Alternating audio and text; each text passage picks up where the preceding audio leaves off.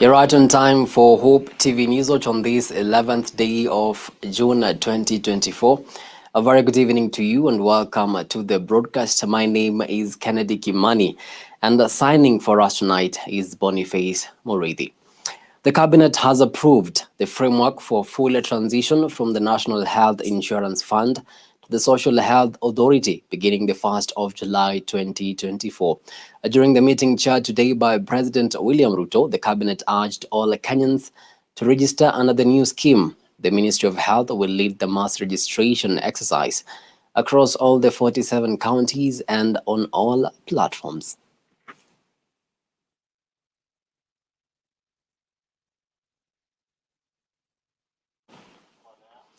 Moving on swiftly, and the Law Society of Kenya has urged members of parliament to take into account public opinion on the Finance Bill 2024, which intends to broaden the country's tax base and boost revenue collection from citizens. Speaking in Nairobi, LSK President Faith Odhiambo expressed concerns about the potential implications of the proposed higher taxes, noting that this will add financial strain to Kenyans who are already grappling with the harsh economic times. Here is Grace Ahati with more details.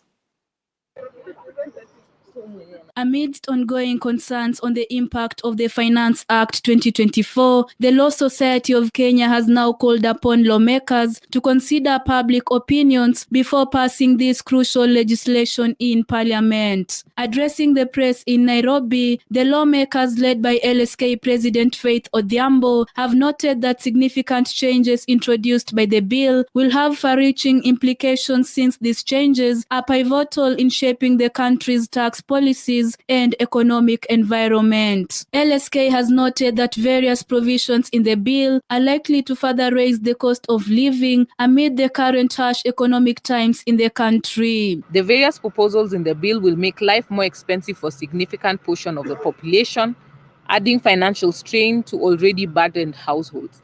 Noting the harsh economic times that several Kenyans are already experiencing, we believe that some provisions in this bill will lead to greater economic hardship and inequality. We take note of the proposal in the bill to impose motor vehicle tax at the rate of 2.5% on the value of the motor vehicle, which we view with great concern.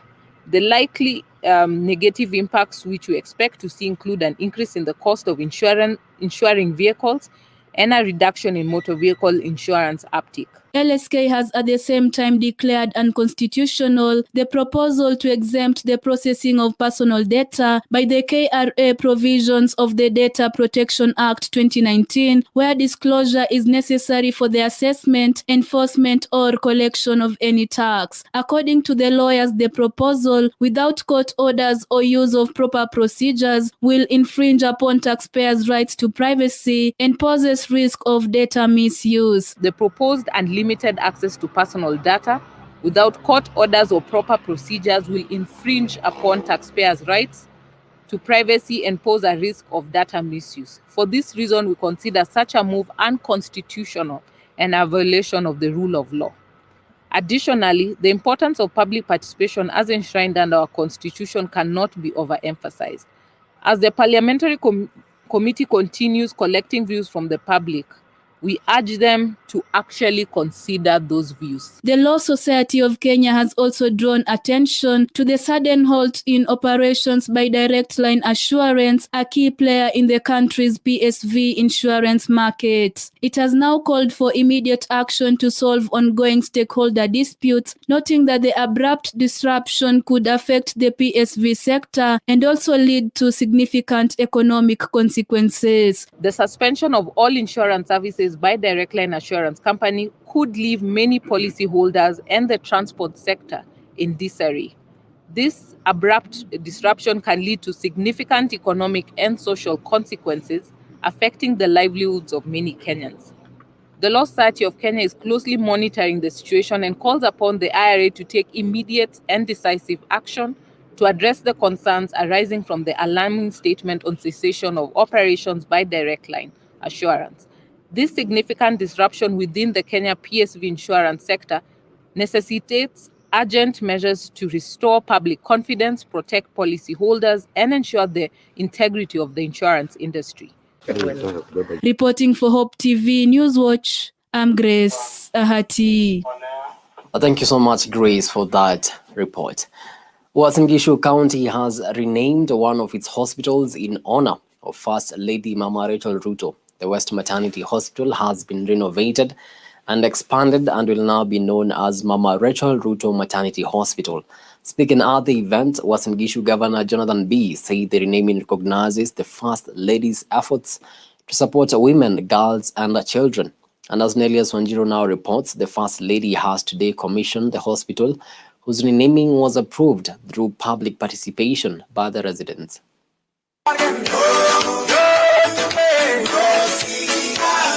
First Lady Mama Rachel Ruto has today launched and commissioned Mama Rachel Ruto Hospital that was renamed after her. This comes after it was approved through public participation by residents in the county. During the commissioning ceremony, Mama Rachel pledged to partner with Uasin Gishu County Government through the Health Ministry to further improve healthcare access by patients, especially those in far-flung areas who have been traveling to main towns to access quality laboratory testing. The partnership will further improve healthcare access by patients, especially those in far-flung areas who have been traveling to main towns to access quality laboratory testing. They will now enjoy the same services at their nearby healthcare facility. I have received information that the drone will transport medical samples from the Chagiai Health Center in Ainakoi constituency, which is the farthest healthcare center in the county, to Huruma Sub-County Hospital in just 7 minutes. She further added that the hospital, with a capacity of 70 beds, will advance the county's capacity to offer maternal, newborn and prenatal and pediatric care for mothers and children in the county and larger North Rift region. With a capacity of 70 beds, this first of its kind specialized maternity hospital boosts the latest equipment and technology to ensure the safety and well-being of mothers and children. I'm humbled to have the maternity hospital named in honor. Thank you very much. We thank all partners for supporting this hospital with the latest equipment and training. This will advance the country's capacity to offer maternal, neonatal, prenatal, and pediatric care for mothers in the county and the larger North Rift region. On his part, Uasin Gishu Governor Jonathan B. reaffirmed his administration commitment to the well-being of its citizens. In line with commitment, the county plans to launch drone technology to support the health system in all the 138 county health facilities. B added that with this new facility, mothers will have access to dedicated referral center for various health conditions. Our mothers will have access to a dedicated referral center for various health conditions, including gynecological units for reproductive health issues. This facility will offer curative reproductive health, maternal and child health services, and enhance skills development among other healthcare workers. A healthy community, Your Excellency, is the foundation of a productive society. That is why we are committed to improving and equipping all our 138 healthcare facilities in the county. Ahead of First Lady's visit, the county received a drug consignment worth Kenya shillings 37 million. The Kenya Medical Supplies Authority KEMSA delivered the drugs designated for the county's 138 health facilities. Reporting for Hope TV Newswatch, my name is Nelias Wanjiro.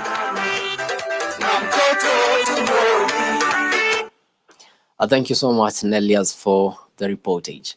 Meanwhile, Machakos County Governor Wavinya Ndeti has said she will not ban Mogoka until public participation on the same is conducted. Speaking at Mavoko SPN Primary School, Governor Ndeti have urged the church to help in instilling the right morals in the youth to help curtail the escalation of drug abuse and other vices. Mogoka is a variety of miraa and is a scheduled crop by the Crops Act 2013 and the Miraa Regulations 2023. Ile ingine ni maneno ya drugs. Na mimi nakuja kuweka public participation ya Mogoka. Because I cannot ban Mogoka on my own. Lazima tufanye public participation na nyinyi, tukubaliane, muniambie vile mnataka. Kwa sababu hizi drugs zimeharibu watoto wetu sana. Kanisa munisaidie. You know, if every church can talk to the youth, we will make a difference.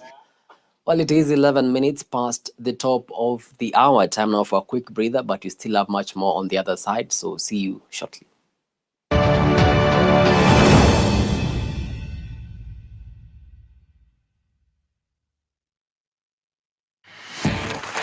The East Africa Women of Excellence Awards Gala Dinner is here. This award celebrates the brilliance, resilience, and outstanding achievements of remarkable trailblazing women who have shattered glass ceilings in their various spheres of influence and fields. Join us for the awards ceremony happening on Friday, the 14th of June 2024 from 6 p.m. at Safari Park Hotel, Nairobi. Our chief guest is Honorable Aisha Jumwa, Cabinet Secretary at the Ministry of Gender, Culture, the Arts and Heritage. To attend, get a corporate table at 60,000 Kenya shillings and for individual at 8,000 Kenya shillings. Make your payments via paybill number 933-933, account name WOE. For partnership and sponsorship, call Eunice on 0719-863-336 or email customerexperience@hopefm.org. This event will be live on Hope TV, the East African Women of Excellence Awards, recognizing East African women of impact.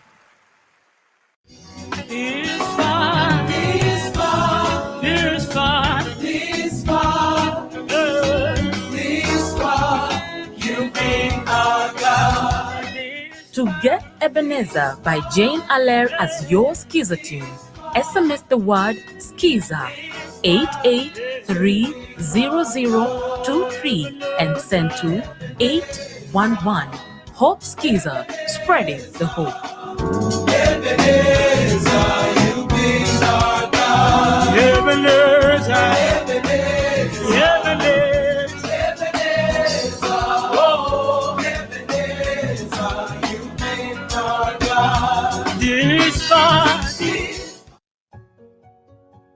You, the listener, are the reason why we go on air.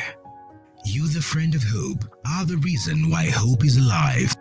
You have helped us take hope across the country and to the rest of the world. Through your giving, we have been on air for 18 years and witnessed many people coming to the Lord. Through your giving, we have expanded our reach to 3 new regions, namely Kisii, Nyeri, and Meru. Through your giving, we have expanded our reach to an international audience through DSTV and GoTV platforms. Thank you for your sacrifice and generosity toward this great initiative. As we continue spreading hope to the other unreached regions in Kenya, you are invited to be part of the Friends of Hope through a contribution of any amount via M-Pesa Paybill 933933, account name FOH. Friends of Hope, keeping hope alive. God bless you.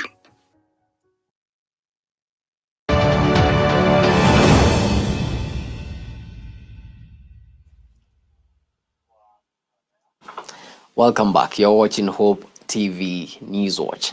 Now, as the world is set to observe World Blood Donor Day on Friday, Ushirika Council, in partnership with the State Department of Cooperatives, has today begun a blood donation drive to emphasize the critical role that safe blood and blood products play in saving lives. World Blood Donor Day is observed on the 14th of June every year to promote the importance of blood donation. Cooperatives. And therefore, Bwana CS, we welcome you and we thank you for getting your time to come to initiate this program. We said we will not go to the city of Nairobi. We will start by within our home, amongst ourselves. Within the university, I think we have more than 5,000 of our children who are in this environment, and therefore we said, let us be in the front line as the people who believe in cooperatives. It has been reported that we have a very serious blood bank deficit in the country. We are, as at the population we have, we should be having at least 1 million pints per year donated annually, but we are very far from that, and therefore this initiative will go a long way into mobilizing more blood donation, even to save more lives in our nation. And again, this is the second year. Last year we donated blood at KCMB. Today we are here at the university. And again, it's good because we are targeting the young people. The young people have a role to play. We always say that we inherit health from the younger generations. We are borrowed here. They come, they'll take it over from us. And then when the time comes, the younger people will take over. So when you donate blood, as it was said, it is really anchored in one of the principles of cooperatives. Now, the county government of Kirinyaga has launched a rapid road rehabilitation initiative aimed at restoring infrastructure damaged by recent floods. Kirinyaga Governor Anne Waiguru has said that her administration will make resources available for all the rehabilitation work of all the affected road infrastructure. Kirinyaga County was among the counties affected by floods, especially the area of Mwea, which is known for expansive rice irrigation. Ladies and gentlemen, we also recognize the crucial role that good transport network plays in agricultural development. And through our Nyorosha Barabara Mashinani initiative, we have routinely been improving rural access roads. We know that because of the recent rains, many of these roads have been spoiled. And Mheshimiwa have also received that message that you have brought from Mheshimiwa Mary Mange from Mwea. And we will work with our team to make sure that the roads that have been damaged by the recent floods are quickly rehabilitated so that our people are not inconvenienced. We, however, acknowledge that there may be a challenge of allocation of resources, but we are working together with the county assembly to reorganize and see that adequate resources are put in place. Tuko katika ile programu yetu ya Kirinyaga ya Nyorosha Barabara Mashinani.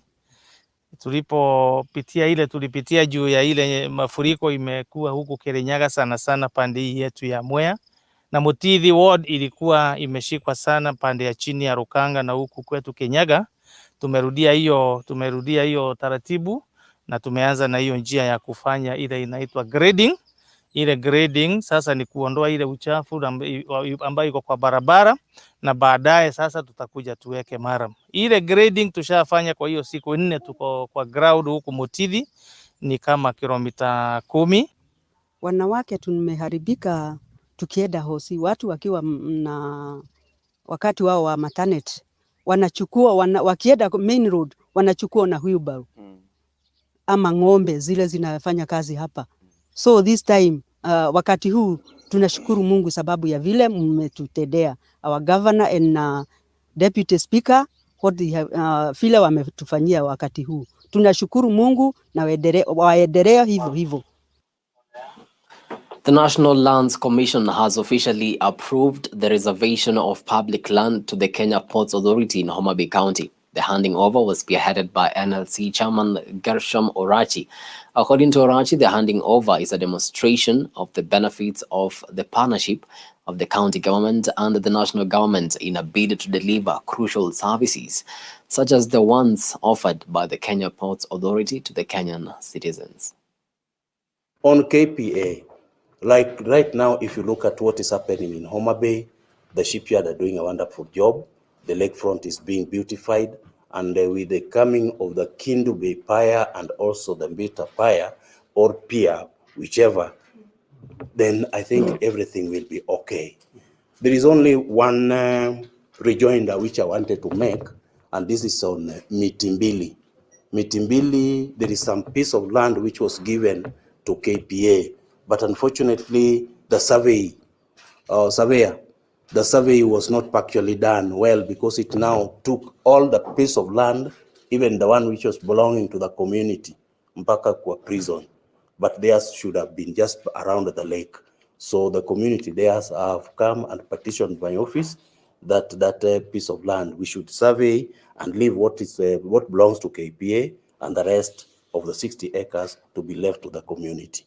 I think today's function is an important one in the sense of a demonstration of the importance of the two levels of government working together closely. KPA and the national government and the county government working closely to deliver services to the Mwananchi. And I think that is something we want to encourage because we manage public land on behalf of national government and county governments. Every now and then we find ourselves involved in trying to resolve disputes between national government and county government. But it's our pleasure when we are not solving a dispute, but presiding over an engagement like this.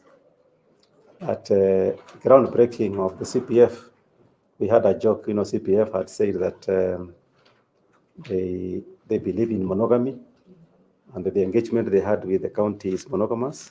So I said we were there to bless the union.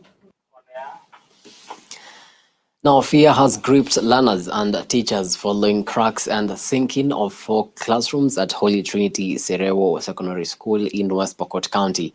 Students are attending classes in anxiety and fear due to the dilapidated conditions of the buildings. This is due to the poor drainage system in the area with the heavy downpour pounding the area. The buildings have been posing danger to the students and teachers with its leaky roof and cracked walls.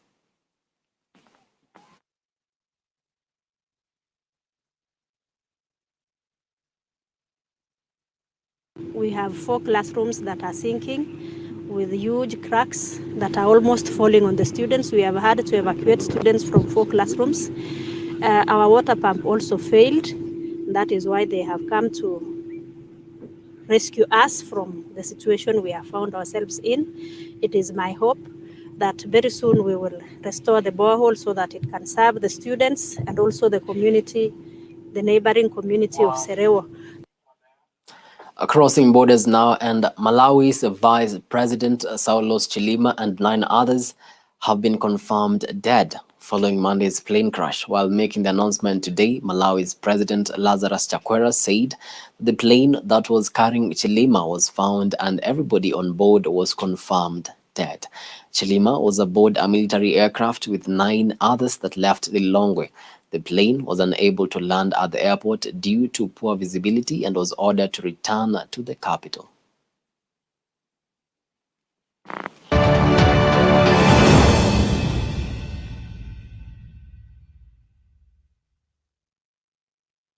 Hope TV is where you look and live, with an excellent selection of the best Christian programming consisting of local and international content of inspirational stories, talk shows, Bible commentary, youth, health shows, children entertainment, contemporary gospel music, extended times of worship, live broadcast, news, movies, drama, Christian ministry programs, and so much more.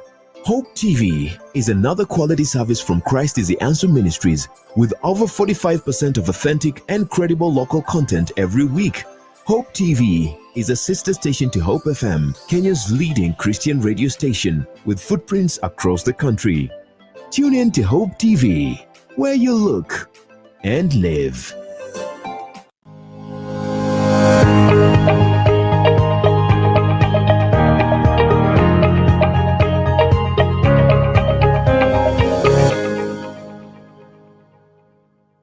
I don't think justice is there for everybody. Yeah, I don't think people experience the justice that they deserve. We might not want to believe it, but it's very shrewd. It works for the people it works for. It works, but for the people it doesn't. It really doesn't. And I know that there's a lot that needs to be done. They're going to unlearn, or rather relearn new things that they have to do in life. Their mental spaces, their emotional spaces. So we take them through life skills, the normal SDG goals and what they are and what they mean.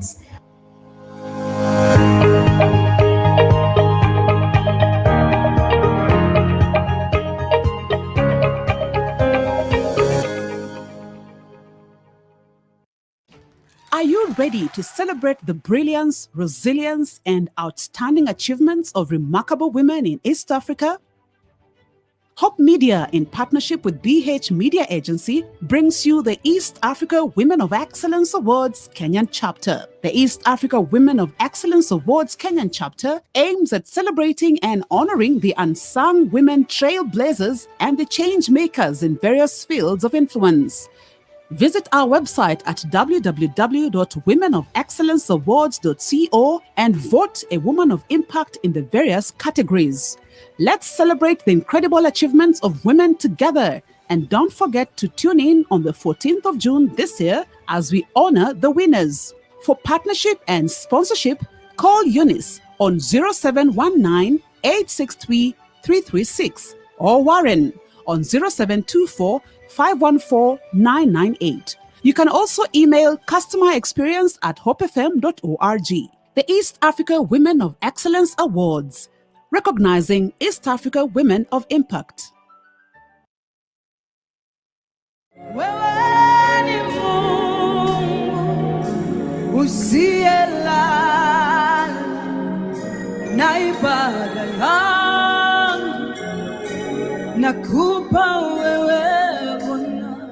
To get Wewe ni Mungu by Evelyn Wanjiru as your Skiza tune, SMS the word Skiza 88300028 and send to 811.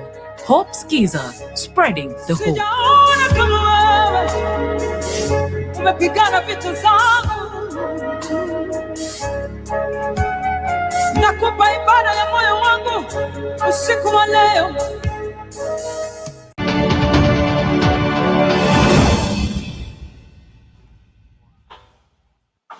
Welcome back. Now let's get down to business. And the Kenya Bankers Association, in collaboration with the Central Bank of Kenya, has officially launched the Chora Plan Financial Literacy Campaign. The month-long public sensitization drive aims to equip individuals and businesses with the knowledge and skills necessary to make informed financial decisions, promoting financial stability and economic growth across the country.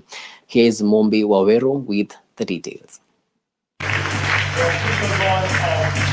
The Chora Plan campaign highlights the critical role of financial health through financial literacy. Key stakeholders emphasized that financial literacy is a catalyst for economic development. The commitment to the campaign reflects a dedication to providing tools for money management and secure online transactions, aiming for financial freedom for all. Allow me, therefore, to highlight three broad areas that we can reflect on as we launch this campaign. First is customer centricity. I'm pleased with the participation of a diverse set of financial sector players, including the banks, insurance companies, microfinance banks, mortgage refinance companies, and the payment service providers. It is imperative that the products and services we provide cater for the needs of customers. In particular, they should cater for their day-to-day needs, enable them to cope with shocks, and provide them with the ability to invest in future goals. Central Bank of Kenya Governor Kamau Thuge highlighted the importance of customer centricity in financial services, urging financial institutions to ensure their products cater to customers' daily needs and enhance transparency in their terms and conditions. Confidence was expressed that the Chora Plan will help achieve these objectives in a timely manner. It is through initiatives such as the Chora Plan that we can reverse the dimming financial health among the population for our prosperity as individuals, entrepreneurs, and as a nation. The Chora Plan is set to play a crucial role in advancing financial literacy and stability in Kenya, with calls for greater collaboration and innovation among stakeholders to drive financial literacy and achieve a greater collective impact. My challenge, therefore, is to financial institutions to truly reflect on whether their products and services meet the financial health needs, particularly of Kenyans at the bottom. Reporting for Hope TV Newswatch, my name is Mombi Waweru.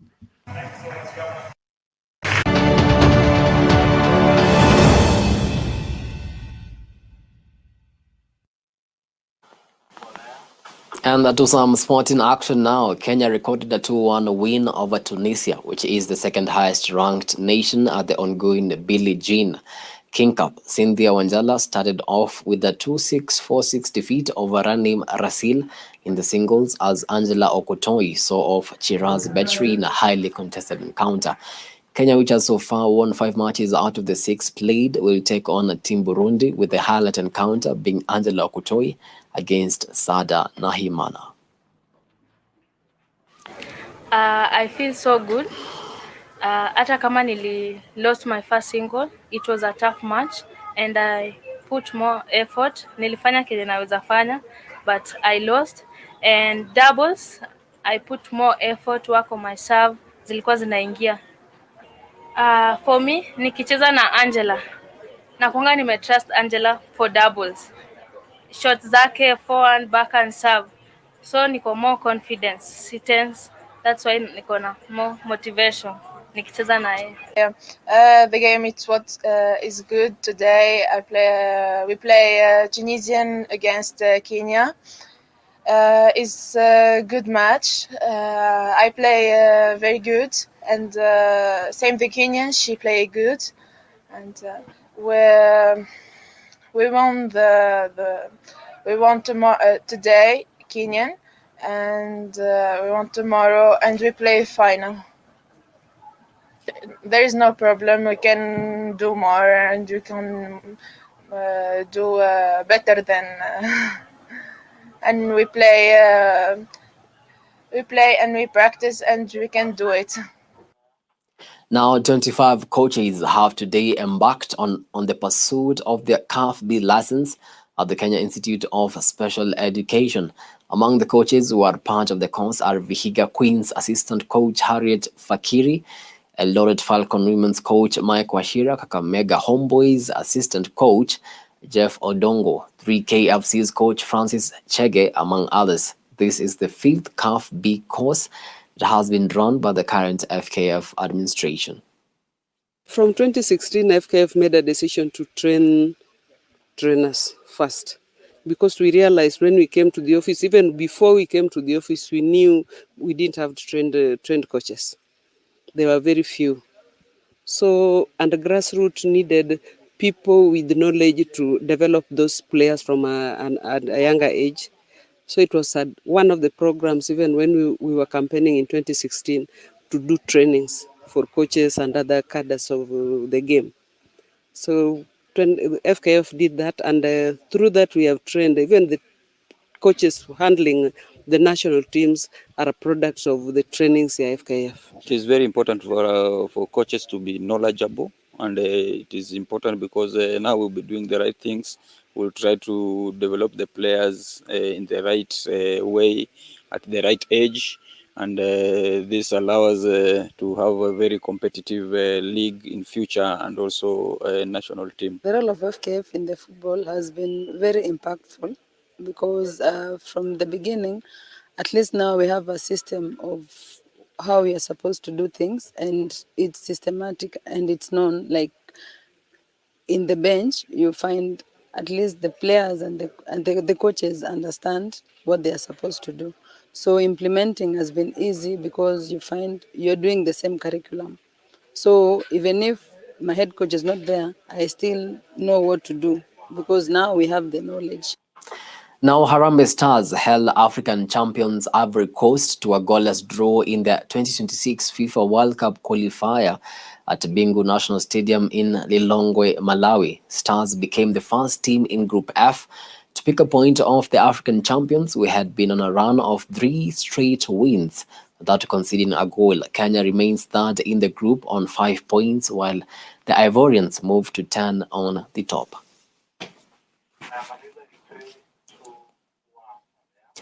We wish our boys all the best in the quest to get to the 2026 FIFA World Cup. Well, with that, we come to the end of our news tonight. Many thanks to you for making time to watch Hope TV Newswatch.